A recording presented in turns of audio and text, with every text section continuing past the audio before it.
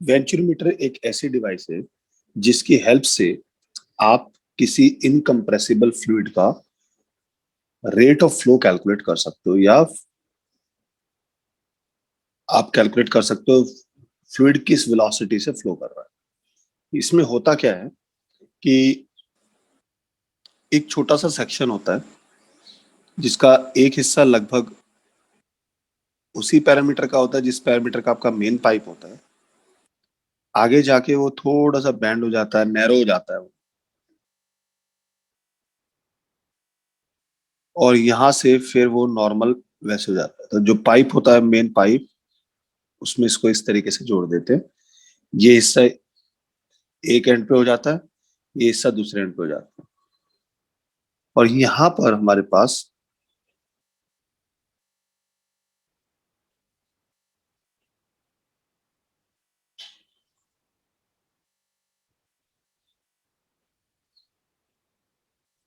ये इस तरीके से वर्टिकल पाइप लगे होते हैं, और एक वर्टिकल पाइप इस पे लगा हुआ था।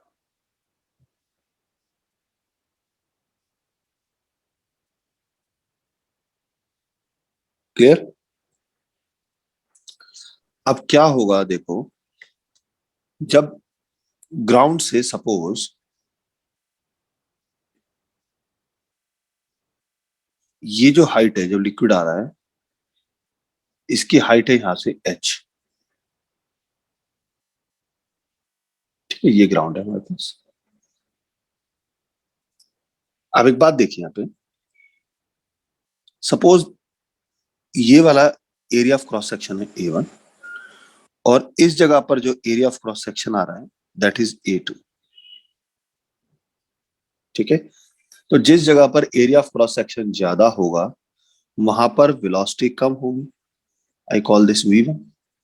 जिस जगह पर एरिया नैरो हो जाएगा वहां पर वेलोसिटी ज्यादा हो जाएगी, V2। तो जिस जगह पर एरिया ज्यादा होगा वहां पर लिक्विड का जो लेवल है वो राइज करेगा अप, क्योंकि वहां पर प्रेशर ज्यादा होगा। तो मान लीजिए यहां पर ये लिक्विड इस पॉइंट तक राइज कर गया,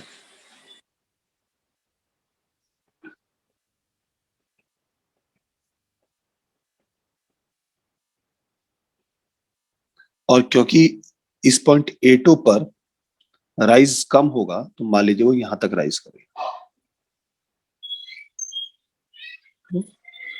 जो ऊपर वाला ओपन एरिया है यहाँ पर तो दोनों तरफ प्रेशर बराबर ही लगेगा, एटमॉस्फेरिक प्रेशर P0 ही होगा इस पे भी। ओपन सरफेस पर यहाँ पर भी एटमॉस्फेरिक प्रेशर P0 ही होगा। मान लीजिए कि जो लेवल का जो राइज का डिफरेंस है, दिस इज H। एक काम करते हैं, इसको कैपिटल H कॉल कर लेते हैं। वैसे इसकी जरूरत नहीं पड़ेगी, बट हम मान लेते हैं इसको। इन दोनों का प्रेशर का डिफरेंस H2 हो गया। तो हम ये मान के चल रहे हैं कि सो मान लीजिए इस पॉइंट पर प्रेशर है P1, इस पॉइंट पर प्रेशर जनरेट हुआ P2। तो यहां पर हम बर्नौलीज इक्वेशन भी लगा सकते हैं, लॉ ऑफ कंटिन्यूटी भी फॉलो हो रही है, क्योंकि हमारे पास हम मान के चल रहे हैं कि फ्लूइड जो है हमारे पास वो एक आइडियल फ्लूइड की कंडीशन को फॉलो कर रहा है। फ्लूइड की डेंसिटी मान लीजिए रो है, और ये डेंसिटी दोनों पॉइंट पर नहीं बदलेगी, ना तो इस पॉइंट A1 पर बदलेगी ना पॉइंट A2 पर बदलेगी। क्यों? क्योंकि हमने फ्लूइड को आइडियल माना है। Ideal fluid is incompressible in nature. ठीक है, अब क्योंकि इनका हॉरिजॉन्टल लेवल सेम है बेटा, तो इसका मतलब ये हुआ कि यहां पर मैं जो बर्नौली इक्वेशन में रो जी एच है, तो एच, ये वाला एच लू या ना लू कोई फर्क नहीं पड़ता। तो देखिए, अगर मैं इसको पॉइंट एक्स मान लेता हूं, इसको पॉइंट वाई मान लेता हूं, तो अगर मैं यहाँ पे लॉ ऑफ कॉन्टिन्यूटी अप्लाई करता हूं फ्रॉम इक्वेशन ऑफ कॉन्टिन्यूटी,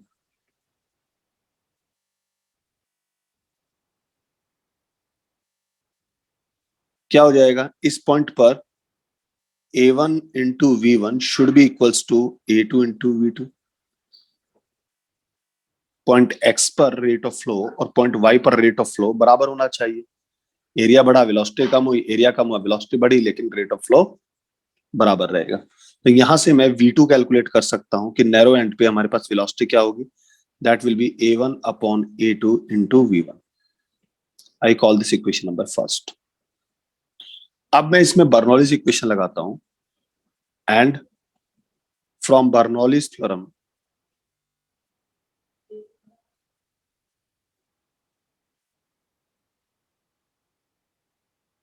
तो देखो इस x पॉइंट पर हमारे पास P1 plus half rho V1 square plus rho GH should be equals to y पर P2 plus half rho V2 square plus rho GH। मैंने आपको बोला था h से कोई फर्क नहीं पड़ता, इसलिए इसको लो या ना लो कोई फर्क नहीं पड़ता। क्लियर? अब इसको देखो यहाँ पे सॉल्व करते हैं। P1 plus half rho V1 square is equals to P2 plus half rho V2 की वैल्यू इक्वेशन फर्स्ट से पुट कर देते हैं। This is A1 upon A2 into V1 to the whole square. तो यहां से प्रेशर का डिफरेंस हो जाएगा P1 माइनस P2। P2 को मैं उधर ले गया, यहाँ पे ले आया और इसको इधर ले गया। So this is half rho V1 square common आ गया, तो ये बचेगा A1 upon A2 to the whole square minus 1। अब P1 माइनस P2 क्या होना चाहिए बेटा? ये P1 minus P2, P1 minus P2 is the pressure difference.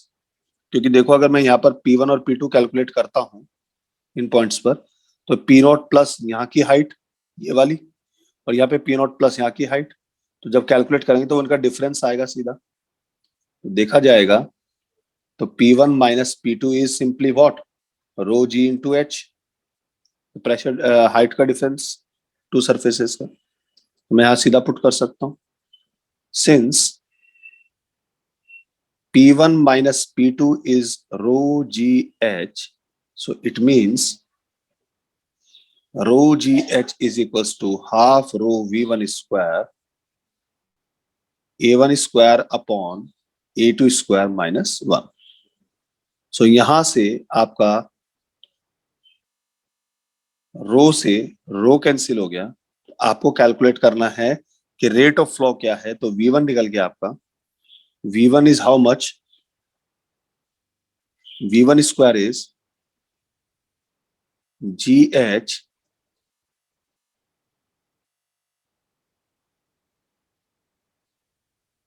A2 square upon A1 square minus A2 square. और आपको यहां से V1 कैलकुलेट करना है, तो आप इस पूरे का स्क्वायर रूट कर देंगे। क्लियर? तो ये आपके पास यहां से V1 बन गया, V1 is equal to A2 common आ जाएगा और ये अंदर हो जाएगा, अरे 2 छोड़ दिया हमने यहाँ पे, 2GH upon A1 square minus A2 square. This is the velocity with which liquid flows in a pipe. Venturimeter ने कैलकुलेट कर दिया कि इस वेलोसिटी से लिक्विड उस पाइप में फ्लो करता है। अगर आपको कैलकुलेट करना है कि रेट ऑफ फ्लो क्या है, ठीक है, तो रेट ऑफ फ्लो या जिसको हम कैलकुलेट करते हैं volume of fluid flowing per unit time, यही तो मतलब हुआ इसका। इसको क्यू से डिफाइन करते थे और हमने इसको नाम दिया था A1 V1। तो V1 की वैल्यू यहां से पुट कर देते हैं, ये हो जाएगा A1 A2 root of 2GH upon A1 square minus A2 square. बस यहां से आप रेट ऑफ फ्लो भी कैलकुलेट कर सकते हैं।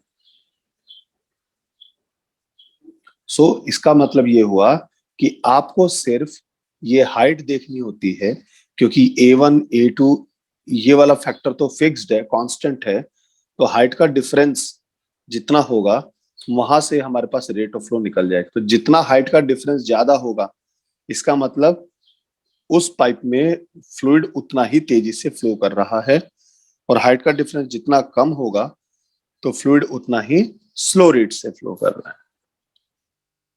Next is velocity of a flux.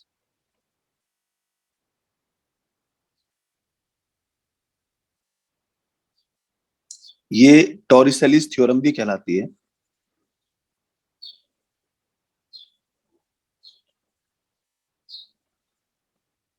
कुछ ज्यादा टफ नहीं है, बहुत इजी है, समझने वाली बात है। वो ये कहता है कि अगर मेरे पास एक बीकर है,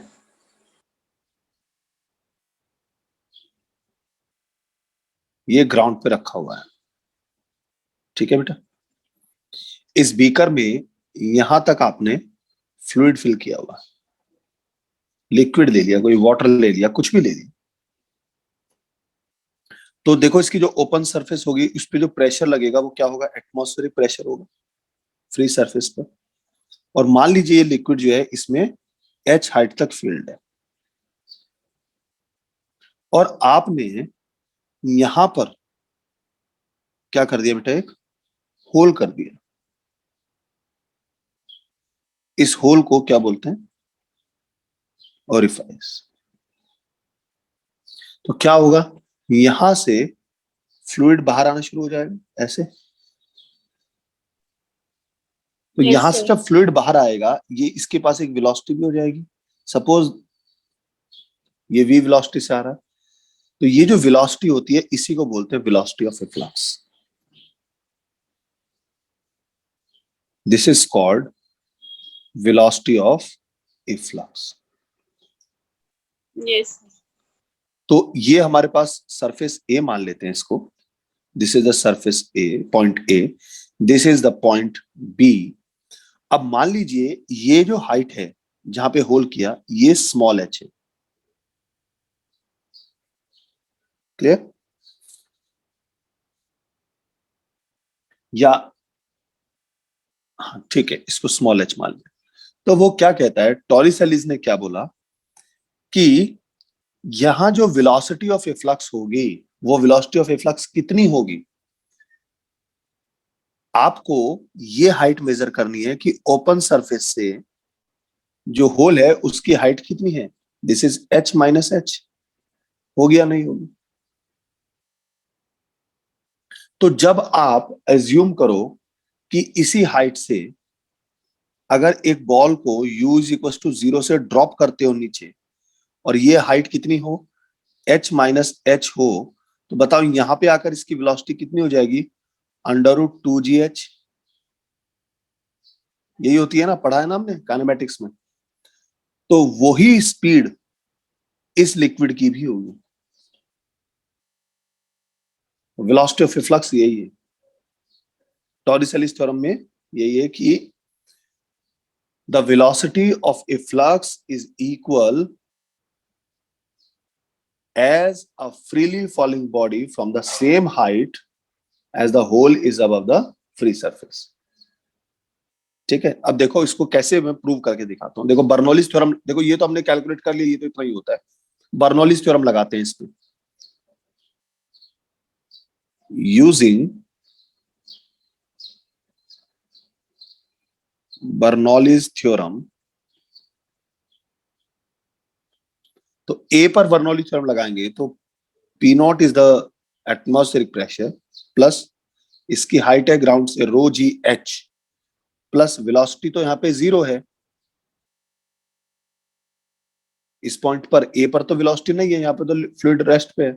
अब बी पॉइंट पर लगाते हैं, बी पॉइंट पे प्रेशर, ये भी ओपन सरफेस है, P not plus ρg, ground से हाइट है स्मॉल h, प्लस वेलोसिटी कितनी आ गई, half ρv²। This is the velocity of a flux. तो अब देखो बेटा पी नॉट से पी नॉट कैंसिल हो जाएगा। अब यहाँ पे हम इसको सॉल्व करेंगे, हमें तो v निकालना है ना, half ρv² is equal to ρgh minus h, rho से रो कैंसिल हो गया, so this v² is equals to 2g h minus h. So therefore v is equals to under root 2g h minus h. अब देखो ये velocity of a flux और ये वाली जो वेलोसिटी मैंने हाइट से निकाली, दोनों सेम आई या नहीं आई?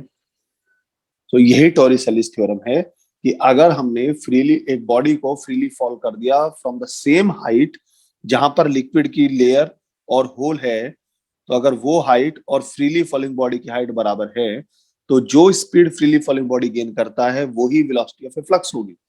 और यहां से एक चीज और क्लियर है कि जैसे जैसे ये हाइट कम होगी, वैसे वैसे जो वेलोसिटी ऑफ ए फ्लक्स है वो भी कम होगा। और अगर वेलोसिटी कम होगा, बेटा आप यहाँ पे देख नहीं सकते कि ये एक प्रोजेक्टाइल बन गया, तो इसमें यहाँ पे इसकी रेंज भी तो है ये, तो इसके रेंज में भी चेंज होगा। तो कई बार वो पूछ लेता है कि रेंज क्या होगी, कितना टाइम लगेगा, टाइम ऑफ फ्लाइट क्या होगी, तो बहुत सारी चीजें पूछ लेता है। जैसे अगर आपको कैलकुलेट करना है यहाँ पे टाइम ऑफ फ्लाइट, तो अब जो भी चीजें निकालनी है, तो आप यहाँ पे बर्नौलीज मत लगाइए, क्योंकि आप काइनेमेटिक्स पढ़ चुके हो, प्रोजेक्टाइल मोशन पढ़ चुके हो, तो सीधा प्रोजेक्टाइल मोशन लगाइए।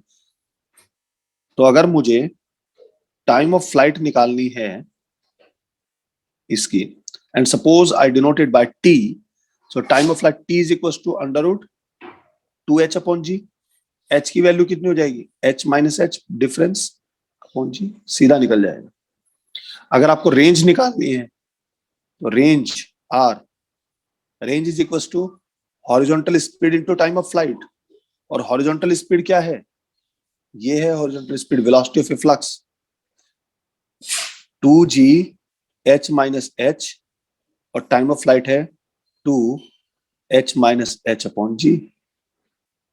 इसको मल्टीप्लाई कर दीजिए, एक ही 2g h minus h to the whole square, ये 4 हो जाएगा बेटा शायद, मल्टीप्लाई जब करेंगे, और अपॉन जी, जी से जी कैंसिल हो गया, इसका स्क्वायर रूट लेंगे तो ये बन जाएगा 2 इंटू एच माइनस एच।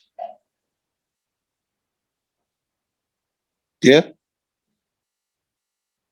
कुछ भूला तो नहीं मैं? Yes yes sir. एक मिनट सर। गलती हो गई बेटा, यहाँ पे देखो, टाइम ऑफ फ्लाइट में तो ये वाली हाइट आएगी ना, 2h अपॉन जी।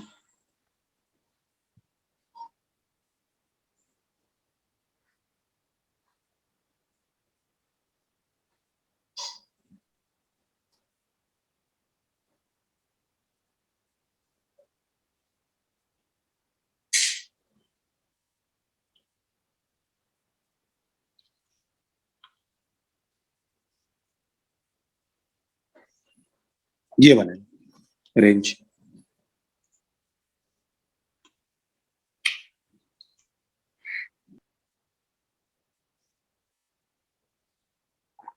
कई बार वो पूछ लेता है कि रेंज मैक्सिमम कब होगी।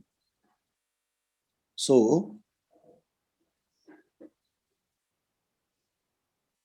Range will be maximum when this small h become equals to h minus h। यानी ये जो पॉइंट है ये बिल्कुल इसके मिडिल में हो जाएगा। बात समझ में आया? तो जब ये दोनों बराबर हो जाएंगे तो उस केस में रेंज मैक्सिमम हो जाएगी। तो r maximum will be equals to, या मैं कह सकता हूं कि 2h is equals to h, या h is equals to h by 2, आगे ना हाफ। तो आप यहाँ पे रेंज मैक्सिमम निकालेंगे तो कितनी हो जाएगी, twice of h minus h by 2 into h by 2। ये हो जाएगा सॉल्व करके 2h by 2 into h by 2। जब आप इसको सॉल्व करोगे तो h हो जाएगा। तो मैक्सिमम रेंज कितनी हो जाएगी बेटा, जितनी इसकी ये हाइट है उतनी ही ये रेंज हो जाएगी अगर ये होल मिड पॉइंट पर होता है। ये चीज क्लियर हुआ? आपको एक सिचुएशन दी है कि एक वेंचुरी मीटर दिया है,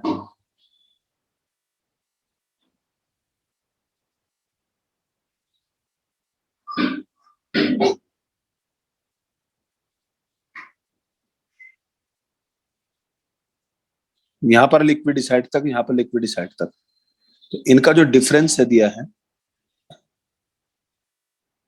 वो दिया है 5.1 मिलीमीटर।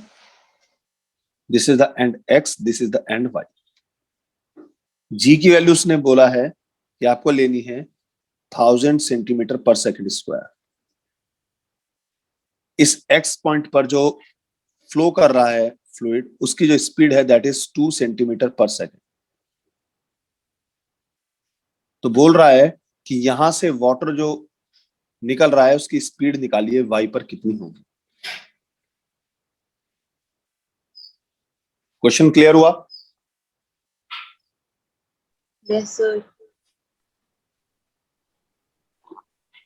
अब आप फॉर्मूला लेके मत बैठ जाना, बर्नौली थ्योरम लगाओ तुरंत। इस पॉइंट पर कंडीशन क्या होगी? P1 plus half rho V1 square. इसको एक काम करते हैं, ज्यादा इजी हो जाएगा आपके लिए। इस पॉइंट पर लगाओ PX plus half rho VX square, और Y पर कितना हो जाएगा? PY plus half rho VY square. That's all. लग गया? तो PX minus PY is equal to half rho VY square minus VX square. और PX माइनस PY कितना होता है? रो जी एच, ये है H, that is equal to half rho VY square minus VX square. Rho to rho cancel हो गया। अब आपको इसमें प्रॉब्लम को सॉल्व करने में कुछ नहीं होगा। VY square is equal to VX square plus 2GH।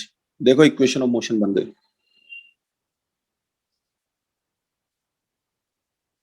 बनी या नहीं बनी equation of motion? Yes sir. तो आगे से जब प्रॉब्लम सॉल्व करोगे वेंचुरीमीटर में, तो सीधा इक्वेशन ऑफ मोशन लगाना कि V square is equal to U square plus 2GH, और इसको पुट करके सॉल्व करो। फटाफट VY निकाल के बताओ कितना आ रहा है। सर मैंने √1024 कर दिया था। √1024 की वैल्यू 32 होती है। ठीक है, चलिए ये क्वेश्चन मैंने दिया है। ये हमारे पास एक पाइप है जो आगे जाके दो पार्ट में डिवाइड हुआ है। एक सेक्शन एक्स का जो एरिया ऑफ क्रॉस सेक्शन है that is 0.12 metre square. Section B का भी, वाई का भी क्रॉस सेक्शन एरिया सेम है। सेक्शन जी का cross section area 0.18 metre square है। सो आपको कैलकुलेट करना है कि इस सेक्शन से किस वेलोसिटी से लिक्विड बाहर आएगा। तो देखिए यहां पर लॉ ऑफ कंटिन्यूटी एप्लीकेबल है। तो rate of flow X is equal to, जितना एंटरिंग है उतना ही लीविंग होगा, rate of flow at Y plus rate of flow at Z. ये एक तरह से आपका किरचॉफ्स का फर्स्ट रूल लग गया, जंक्शन रूल लग गया। तो ये हो जाएगा A X into V X should be equal to A Y V Y plus A G V G. आपको वी जी निकालना है, तो ये हो जाएगा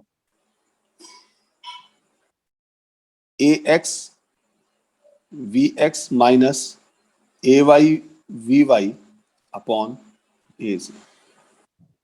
अब देखो यहां पर ए एक्स और ए वाई का एरिया बराबर है, तो 0.12 इंटू 3 माइनस 0.12 इंटू 1.5 अपॉन 0.18। जब आप इसको सॉल्व करेंगे तो 0.12 बाहर आ गया, सो 3 माइनस 1.5 अपॉन 0.18। डेसिमल से डेसिमल कैंसिल हो गई, 6 2 जा 6 3 जा, so 2 upon 3, 3 minus 1.5 is 1.5, this is 0.5, that is 1 meter per second. This is your answer. So इस तरीके से आप वेलोसिटी भी कैलकुलेट करते हैं। Minimum number of 4 microfarad and 250 volt capacitors used to make a combination of 16 microfarad and 2000 volt are। इसके चार option दिए थे उसने, 32, सेकंड ऑप्शन था हमारे पास 64, थर्ड ऑप्शन था हमारे पास 128 and the fourth option was 256. So I think इसका आंसर 256 होना चाहिए. अब देखते हैं कैसे कैलकुलेट करते हैं. इस तरह के क्वेश्चंस बहुत आते हैं एग्जाम में कि हमें नंबर ऑफ कैपेसिटर्स निकालो, नंबर ऑफ रेजिस्टेंस निकालो. तो देखो इसमें मैंने आपको दो चीजें समझाई थी. पहली चीज हमें कैलकुलेट करनी है टर्मिनल पोटेंशियल डिफरेंस, दूसरी चीज हमें कैलकुलेट करनी है करंट. दो ही तो चीजें हैं हमारे पास. अब हमें एक कॉम्बिनेशन पहले देखो हमारी रिक्वायरमेंट क्या है. We have to make a combination. Combination 16 microfarad का होना चाहिए और 2000 वोल्ट को वो बैलेंस करना चाहिए. कॉम्बिनेशन 2000 वोल्ट को बैलेंस करना चाहिए, लेकिन हमारे पास जो कैपेसिटर है वो सिर्फ 250 वोल्ट को बैलेंस करता है. तो अगर मैं 250 वोल्ट को सीधा लगाऊंगा 2000 वोल्ट से तो क्या होगा, कैपेसिटर डैमेज हो जाएगा. तो वोल्टेज कब डिस्ट्रीब्यूट होती है बेटा, जब हम सीरीज में कॉम्बिनेशन करते हैं. याद आया आपको? Yes, sir. ये कैपेसिटर है, तो जब सीरीज में होता है तो हर हिस्से का पोटेंशियल अलग अलग होता है. क्योंकि सब कैपेसिटर इक्वल अमाउंट के हैं तो 2000 वोल्ट को 250 वोल्ट पे बैलेंस करने के लिए कितने कैपेसिटर चाहिएंगे, तो ये हो जाएगा 2000 वोल्ट डिवाइडेड बाय 250 वोल्ट. तो सबसे पहले आपने वोल्टेज को बैलेंस कर दिया, दैट इज इक्वल टू 8. तो यानी आपको एक सीरीज बनानी पड़ेगी जिसमें 8 कैपेसिटर्स लगे. तो 1 2 3 4 5 6 7 एंड 8. ये 8 कैपेसिटर्स की मैंने एक सीरीज बना दी. इसमें 8 कैपेसिटर्स आ गए. क्लियर? लेकिन जैसे ये 8 कैपेसिटर्स लगे तो प्रॉब्लम क्या होगी, हर कैपेसिटर 4 माइक्रोफैराड का है. तो एक सीरीज का जो इफेक्टिव कैपेसिटेंस हो जाएगा वो कितना हो जाएगा सीरीज में, 8 C अपॉन C/8. उतने टाइम रिड्यूस हो जाता है ना, पैरेलल होता है 1/C plus 1/C plus 1/C plus 1/C. और हर कैपेसिटर कितना है 4 माइक्रोफैराड का. और अगर 8 कैपेसिटर्स लगे हैं तो हर कैपेसिटर 0.5 माइक्रोफैराड का हो गया. यानी इसका इफेक्टिव कैपेसिटेंस कितना आया, 0.5 माइक्रोफैराड. और आपको चाहिए कितना, 16. तो 16 चाहने के लिए आपको ऐसी कितनी सीरीज लगानी पड़ेगी, क्योंकि पैरेलल में कैपेसिटेंस बढ़ता है. तो आपको चाहिए हमारे पास 16 माइक्रोफैराड. तो मान लीजिए आपको n सीरीज बनानी पड़ी इस 0.5 माइक्रोफैराड अमाउंट की. तो n कितना हो जाएगा बेटा, 16 अपॉन 0.5, 32. यानी ऐसे हमारे पास 32 रो बनानी पड़ेंगी.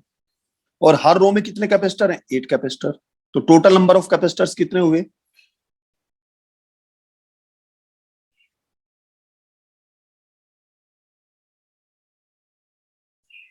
32 rows and each row carries 8, so that is 256.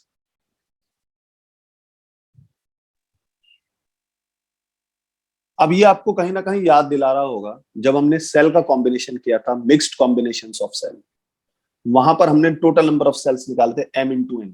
तो वही तो किया हमने. तो कोई भी क्वेश्चन आए इसी तरीके, सबसे पहले पोटेंशियल को बैलेंस कराओ. जब पोटेंशियल बैलेंस हो गया तो ऑब्वियस सी बात है हमारे पास रेजिस्टेंस या कैपेसिटेंस चेंज हो जाएगा. तो हर रो का रेजिस्टेंस या कैपेसिटेंस कैलकुलेट करो और जो रिक्वायरमेंट है उस रिक्वायरमेंट से उसको मैच करा दो. तो रोज में कितने रेजिस्टेंस या कैपेसिटेंस आए और टोटल नंबर ऑफ रोज कितनी बनी उनका मल्टीप्लाई करो, that will be your answer. ऐसे ही करेंगे सब क्वेश्चंस को. क्वेश्चन का नेक्स्ट टॉपिक है हमारे पास, इसी में हमने बात करी थी कल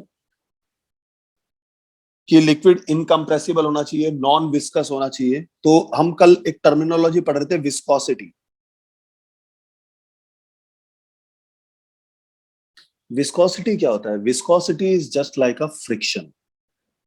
जो हमने न्यूटन्स लॉ में फ्रिक्शन पढ़ा है, जो सॉलिड ऑब्जेक्ट्स होते हैं उनके बीच में जो फ्रिक्शन लगता है, इसी तरीके से लिक्विड जब फ्लो करता है तो उनकी डिफरेंट लेयर्स के बीच में भी फ्रिक्शन जनरेट होता है. कोई भी फ्लूइड हो, चाहे वो लिक्विड हो चाहे गैसेज हो, उनकी डिफरेंट लेयर्स के बीच में भी फ्रिक्शन जनरेट होता है क्योंकि उनकी लेयर्स आपस में रिलेटिव मोशन करती हैं. So the friction generated because of the relative motion between the layers is called viscosity. So basically viscosity is just like internal friction, या इसको मैं फ्लूइड फ्रिक्शन भी कॉल करता हूं.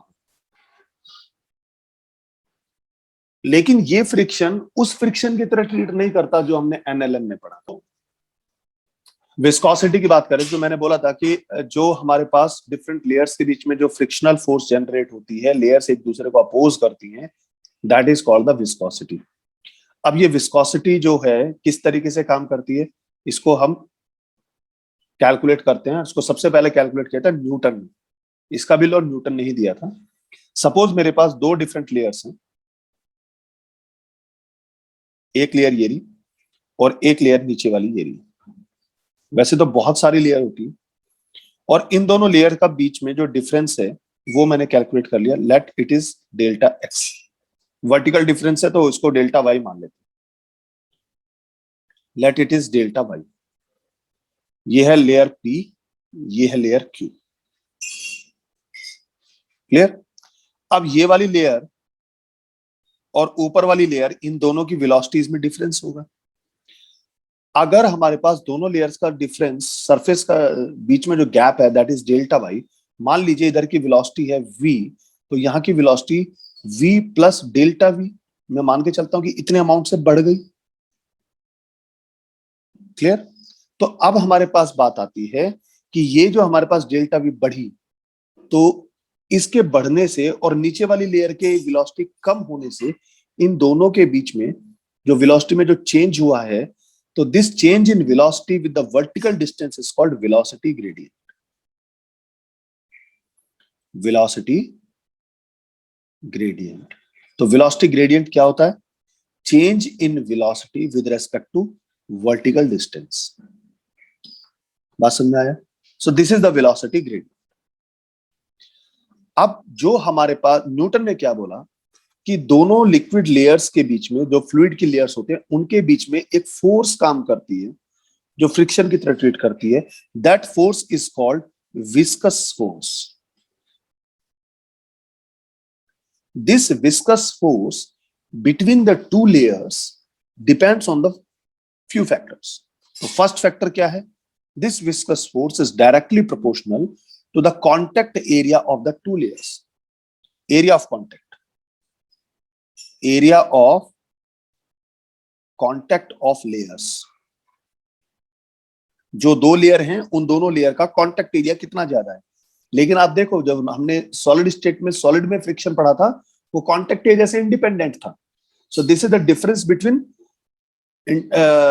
Fluid friction and the solid friction. Solid friction is independent of area of contact. Fluid friction depends upon the area of contact. Clear? दूसरा, this viscous force is directly proportional to the velocity gradient, that is delta v upon delta y. तो velocity gradient पर भी depend करता है. तो velocity gradient जितना ज्यादा होगा, फ्रिक्शन उतना ज्यादा होगा. तो अगर मैं इन दोनों कंडीशंस को आपस में कंबाइन करता हूं, so the viscous force become proportional to A into delta V upon delta Y. अगर मैं ये प्रोपोर्शनैलिटी का टर्मिनल हटाता हूं तो मुझे कोफिशिएंट यूज करना पड़ेगा. तो this F is equals to eta times of A into delta V upon delta Y. This eta is called coefficient of viscosity. जैसे वहां पे फ्रिक्शन पढ़ते थे ना, coefficient of viscosity. So this is called the coefficient of viscosity of the fluid. तो अगर coefficient of viscosity निकालना है, so this eta is equals to F upon A upon delta V upon delta Y. So force per unit area. Force per unit area क्या हो गया बेटा? क्योंकि ये देखो इसके अंदर क्या हुआ, शेयर हुआ ना. एक तरह से लेयर आपस में एक दूसरे के बाहर चली गई. ये लेयर पीछे रह गई, ये लेयर आगे चली गई. तो कुछ इस तरीके से हुआ, ये शेयर हुआ. तो एक तरह से मैं लिख सकता हूं shear stress upon delta V upon delta Y, delta V upon delta Y, यानी इसमें जो चेंज हुआ इसके रेस्पेक्ट में जो एंगल बन गया स्मॉल एंगल, तो मैं इसको shear strain rate ये कॉल कर सकते हैं। इस तरीके से इसको कंसिडर कर सकते हैं। क्लियर? इसकी यूनिट क्या होती है? ईटा की जो यूनिट है that is Newton second per metre square, और इसको हम पॉइजलीज भी बोलते हैं, POISEUI पॉइजलीज, और इसको हम पास्कल सेकंड भी बोलते हैं, और इसको हम डेकापॉइज भी बोलते हैं। इसकी सीजीएस यूनिट होती है, न्यूटन की जगह हो जाएगा डाइन, सेकंड डेसिटीज रहेगा, ये हो जाएगा centimetre square. Dyne centimetre per second square is called poise, और newton second per metre square is called decapoise. इसका मतलब ये हुआ कि 1 decapoise is equals to 10 poise. और डायमेंशनल फॉर्मूला भी आप आराम से निकाल सकते हो इसका, जब newton second per metre square हो गया तो ये बन जाएगा ml-1 t-1। So this is the dimensional formula. तो ये न्यूटन्स लॉ ऑफ विस्कोसिटी हो गया। क्लियर? अब इस न्यूटन्स लॉ ऑफ विस्कोसिटी को स्टोक ने कंसिडर किया, और वहां पे उसने एक्सपेरिमेंटली कुछ ऑब्जर्व किया। उसने ये ऑब्जर्व किया कि अगर आपके पास एक छोटा स्फीयर है, अगर आप उसको किसी होमोजीनियस फ्लूइड के अंदर छोड़ देते हैं तो वो एक कांस्टेंट वेलोसिटी से ट्रेवल करने लगता है कुछ टाइम बाद। और वो कांस्टेंट वेलोसिटी क्यों हुई? क्योंकि देखो, जब भी आप किसी बॉडी को ड्रॉप करते हो तो उसकी वेलोसिटी धीरे धीरे इंक्रीज होनी चाहिए, तो वेलोसिटी इंक्रीज ना होने के बजाय कांस्टेंट होगी। इसका मतलब उस स्फीयर पे कुछ ना कुछ फोर्स लगा, तो this force is called viscous force. तो उसने इस विस्कस फोर्स को कैलकुलेट किया कि this viscous force will be equals to 6 pi eta RV, and this is called Stokes law.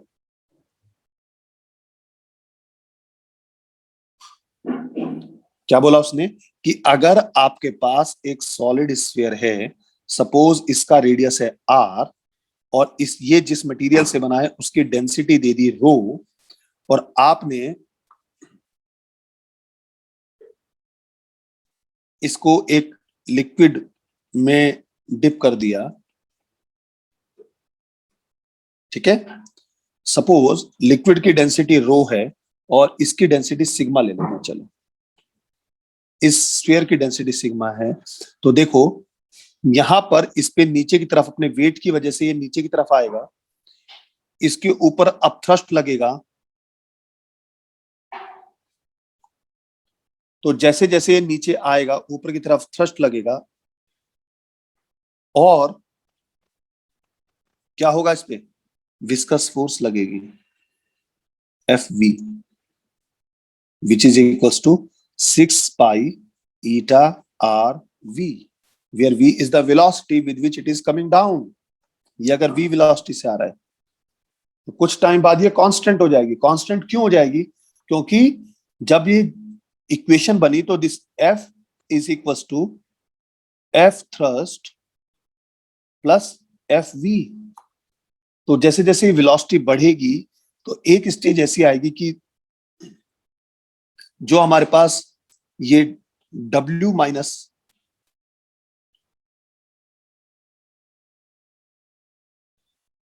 F thrust हो जाएगा, ये वाला फैक्टर इसके जब बराबर हो जाएगा तो वो हमारे पास एक कांस्टेंट वेलोसिटी से आने लगेगा, and this constant velocity is called terminal velocity.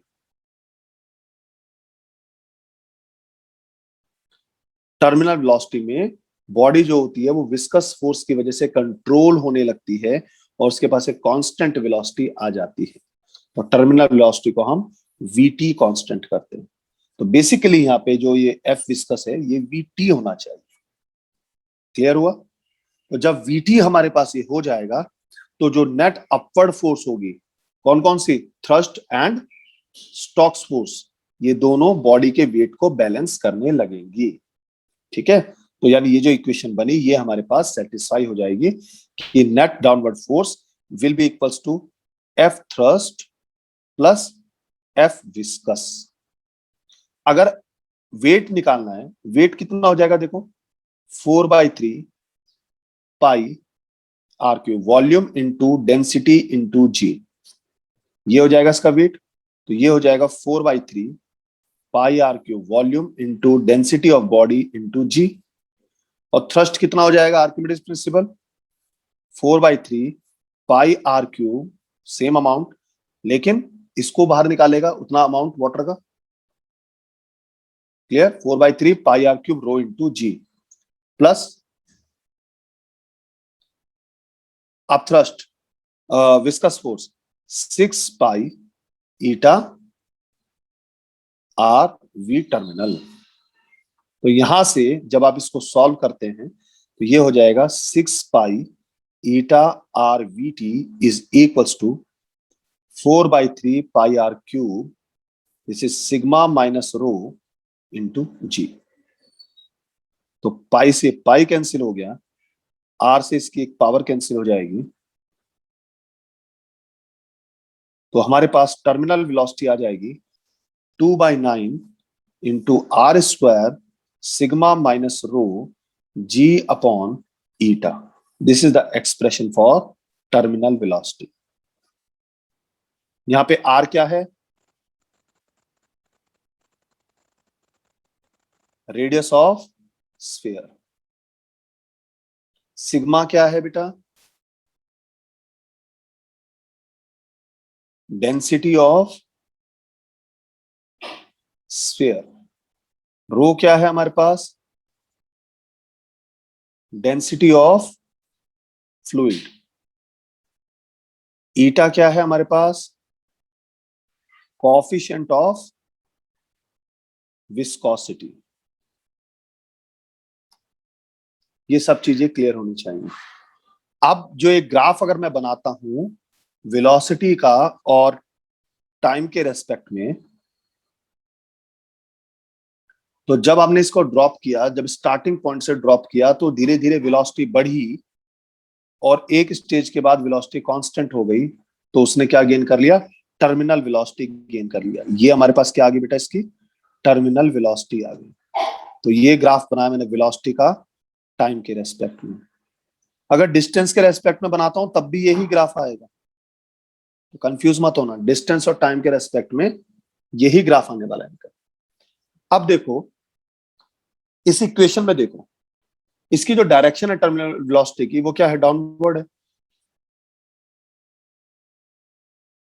अगर हमारे पास रो ग्रेटर हो जाए सिग्मा से, तो यानी जो वीटी है वो क्या हो जाएगी, निगेटिव हो जाएगी। यानी उसकी टर्मिनल वेलोसिटी का मैग्नीट्यूड तो होगा, लेकिन अब उसकी डायरेक्शन क्या हो जाएगी, अपवर्ड हो जाएगी। और ये आपने देखा होगा, जो आपकी बियर की बोतल होती है या आप जो कोल्ड ड्रिंक यूज करते हो उसमें देखा होगा ना, जो बबल्स होते हैं वो ऊपर की तरफ आते हैं। तो वो बबल्स जो ऊपर की तरफ आते हैं उसके पीछे यही तो कॉन्सेप्ट है कि जो हमारे पास लिक्विड की डेंसिटी है वो ज्यादा है और जो उसके अंदर एयर बबल बने हैं उनकी डेंसिटी, एयर की डेंसिटी कम है, इसलिए एयर बबल हमेशा ऊपर की तरफ आता है। बात समझ में आया? सर इसका और एग्जांपल बताता इसी हूं। वजह से सर, इसी वजह से होता है। इसका और एग्जांपल बताता हूं, पैराशूट।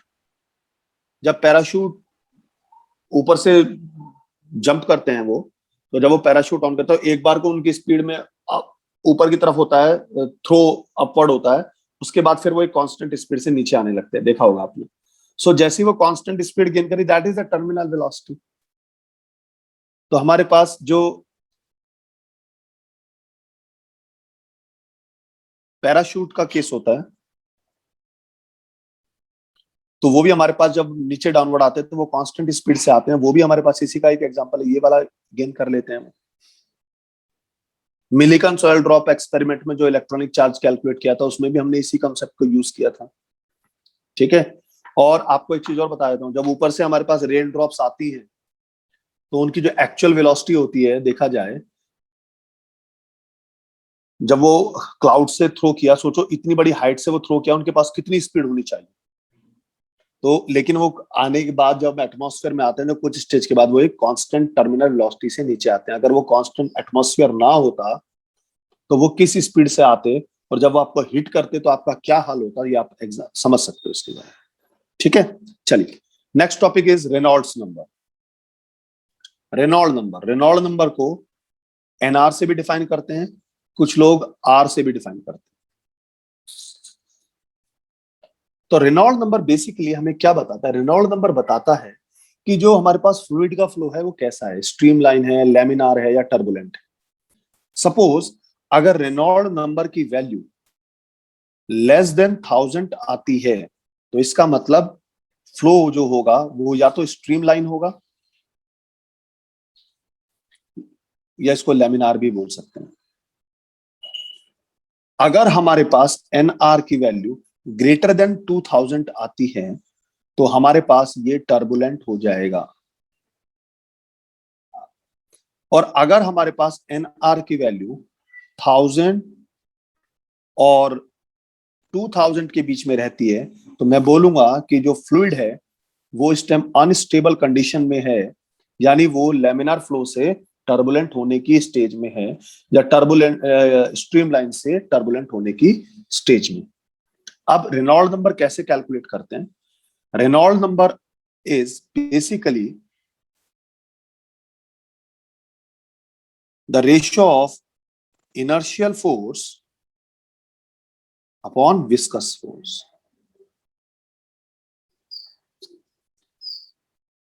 क्लियर?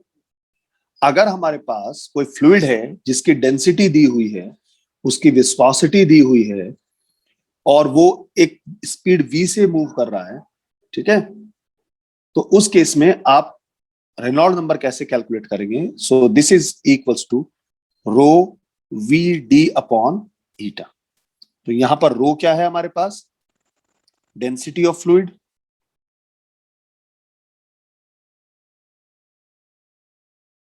v क्या है हमारे पास?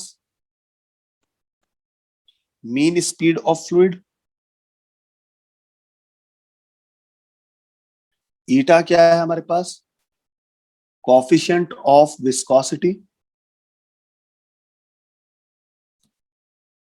और हमारे पास जो d है वो क्या है हमारे पास? d is the lateral dimension of obstacle। Basically ये क्या है? ये हमारे पास जो बाउंड्रीज है ना फ्लूइड फ्लो की, उनकी बात करें। फ्लूइड फ्लो बाउंड्री सेपरेशन एक तरह से हो गई। जब क्वेश्चन कराऊंगा वहां पे ये चीज आपको मैं बताऊंगा इसको। तो इसकी हेल्प से आप कैलकुलेट करते हैं कि हमारे पास लिक्विड जो होगा वो टर्बुलेंट होगा या हमारे पास स्ट्रीमलाइंड होगा। क्लियर हुआ? तो जब हमारे पास कोई फ्लूइड स्ट्रीमलाइन से टर्बुलेंट होने की कंडीशन में पहुंचता है तो वो जब वो उस अनस्टेबल स्टेट में होता है तो वहां से जब वो उनकी चेंज करता है तो उस स्पीड को बोलते हैं हम क्रिटिकल वेलोसिटी या क्रिटिकल स्पीड। तो क्रिटिकल स्पीड बेसिकली क्या है हमारे पास? कि जब वो स्पीड जिसके बाद फ्लूइड का फ्लो टर्बुलेंट हो जाए या जिससे पहले फ्लूइड जो है स्ट्रीमलाइन हो, so the speed in between streamline and turbulent motion, उन दोनों के बीच की जो स्पीड होगी that is called the critical speed. ये क्रिटिकल स्पीड हमें कई बार निकालने के लिए पूछ लेता है कि क्रिटिकल स्पीड कैसे कैलकुलेट करते हैं। क्लियर हुआ? अब विस्कस फोर्स किन किन फैक्टर्स पे डिपेंड करती है? आपने देखा होगा शहद हो गया आपका और पानी हो गया, आप इस इंक्लाइंड प्लेन से दोनों को फ्लो कराओ, तो जब दोनों को फ्लो कराएंगे तो पानी तेजी से नीचे आ जाएगा, जो हनी होगा वो धीरे धीरे नीचे आएगा। तो हनी की विस्कोसिटी ज्यादा है एज कम्पेयर टू वाटर। अब आप एक काम करो, हनी को हीट करो, तो हीट करेंगे तो आपने देखा होगा वो थोड़ा सा स्मूथ हो जाता है, इतना हार्ड नहीं रहता। इसका मतलब उसकी विस्कोसिटी रिड्यूस हो गई। तो हीट से विस्कोसिटी पे चेंज आता है, तो टेम्परेचर बढ़ाने से विस्कोसिटी रिड्यूस होती है। ये चीज क्लियर हो गया। लेकिन क्या यही बिहेवियर गैसेस में भी होगा? तो वो दोनों में इसको क्लियर करते हैं। चलिए, तो effect of temperature on viscosity. So पहली चीज, अगर मेरे पास लिक्विड है तो with rise in temperature viscosity decrease हो जाएगी। क्यों डिक्रीज हो जाएगी? क्योंकि जो हमारे पास फ्लूइड के बीच में जो कोहेसिव फोर्स है, वो कोहेसिव फोर्स डिक्रीज हो जाती है। तो विस्कोसिटी लिक्विड की डिक्रीज होने लगती है जब टेम्परेचर बढ़ाते हैं। आपके पास एग्जांपल है, आपके पास घी हो गया या हनी हो गया, तो आप इसमें ये चेक कर सकते हैं इसको। दूसरा, अगर मेरे पास गैसेस हैं, गैसेस में जब हम टेम्परेचर को राइज करेंगे तो क्या होगा बेटा? टेम्परेचर को राइज करने से जो हमारे पास जो रेट ऑफ डिफ्यूजन है वो इंक्रीज होने लगेगा, और रेट ऑफ डिफ्यूजन इंक्रीज होने लगेगा तो विस्कोसिटी इंक्रीज हो जाएगी। तो इसका मतलब क्या हुआ कि विस्कोसिटी इंक्रीज होती है क्योंकि रेट ऑफ डिफ्यूजन बढ़ता है। तो टेम्परेचर बढ़ाने से दोनों मटेरियल में, लिक्विड और गैसेस में एक जैसा बिहेवियर नहीं होता। टेम्परेचर इंक्रीज करने से लिक्विड की विस्कोसिटी डिक्रीज होती है और गैसेस की विस्कोसिटी इंक्रीज होती है। दूसरा इफेक्ट हमारे पास प्रेशर का देखते हैं।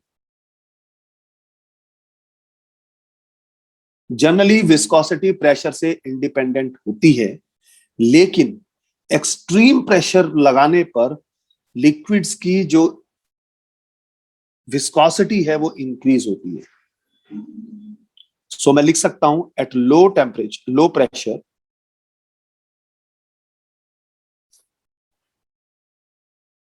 विस्कोसिटी ऑफ फ्लूइड्स, मैं फ्लूइड्स लिख रहा हूं, मींस गैसेस एंड लिक्विड्स, दोनों की बात कर रहा हूं,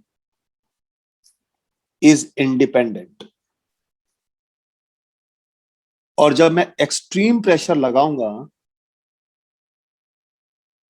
तो उस केस में गैसेस पे फर्क नहीं पड़ता, लेकिन लिक्विड्स के केस में क्या होता है? Liquid has increase in viscosity.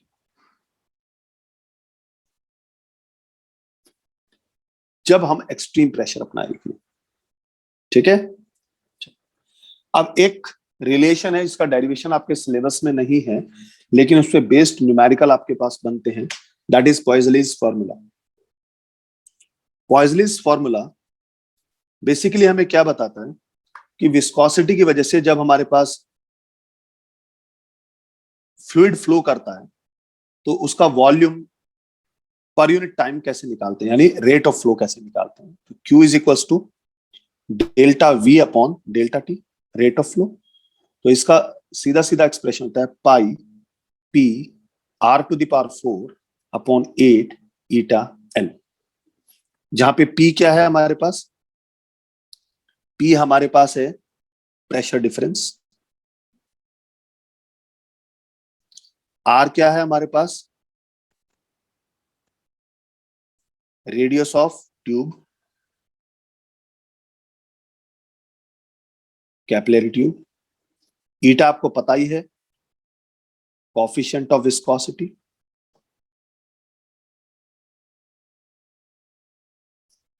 L is the length of tube.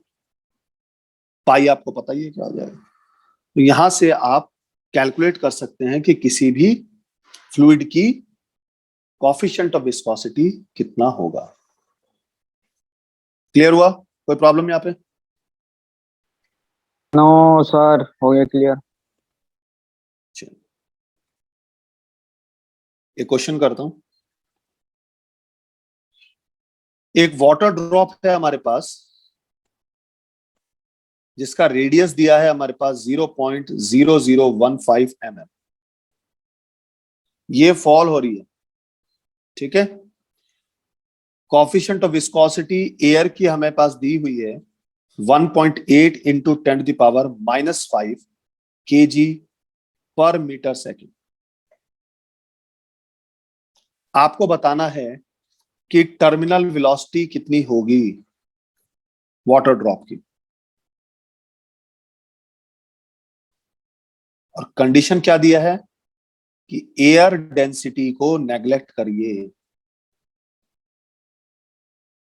Air density negligible है। तो देखिए क्या हुआ, डायग्राम से समझिए। ये वाटर ड्रॉप है, ये हमारे पास टर्मिनल वेलोसिटी गेन किया, ठीक है। तो उस केस में जो हमने टर्मिनल वेलोसिटी का एक्सप्रेशन निकाला था वो क्या था हमारे पास, 2/9 r² sigma minus rho g upon eta. यहां पे सिग्मा क्या था हमारे पास, इसकी, और रो क्या था हमारे पास, एयर का। अब एयर तो हमारे पास नेग्लिजिबल है, तो एयर अगर हमारे पास नेग्लिजिबल है तो उसको क्या कर देंगे, जीरो कर देंगे। और वाटर की डेंसिटी आपको पता है कितनी होती है, 10⁻³ kg पर मीटर क्यूब। और जो रो एयर की दी है उसने वो नेग्लिजिबल है तो जीरो मान के चलेंगे। तो हमारे पास एक्सप्रेशन क्या बन गया, 2r² सिग्मा g अपॉन 9 ईटा। तो बस वैल्यू पुट कर दीजिए। r की वैल्यू दे रखी है 0.0015, मीन्स हो जाएगा ये 1.5 इंटू 10⁻³ mm है, ठीक है। तो mm को मीटर में कन्वर्ट करना है तो क्या करेंगे, 1000 से डिवाइड कर देंगे, 10⁻³ हो जाएगा होल स्क्वायर। सिग्मा दे रखा है 10⁻³, जी की वैल्यू 10 ही ले लेते हैं, 9, ईटा दिया है 1.8 इंटू 10⁻⁵। तो आप इसको अब सॉल्व कर लीजिए।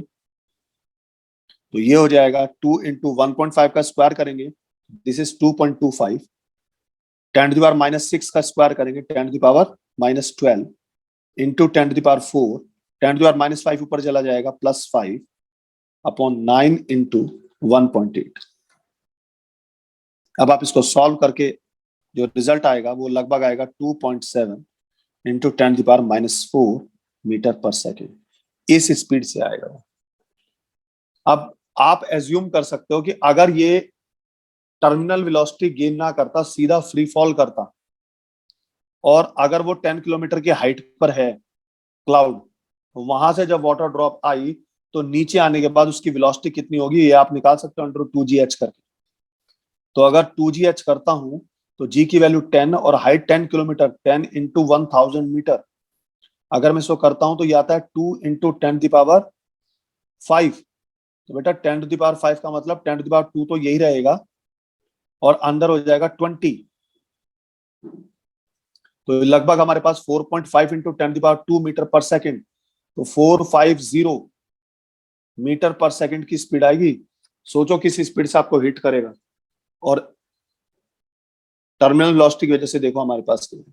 तो देखो ऊपर वाले ने हमें एटमॉस्फेयर को देने से कितनी सारी चीजें हो गई जो हम बचे रहते हैं इन चीजों से। तो ये सब, इन सब के पीछे फिजिक्स ही है। अब इसमें हमारे पास लास्ट टॉपिक बचा है सरफेस टेंशन।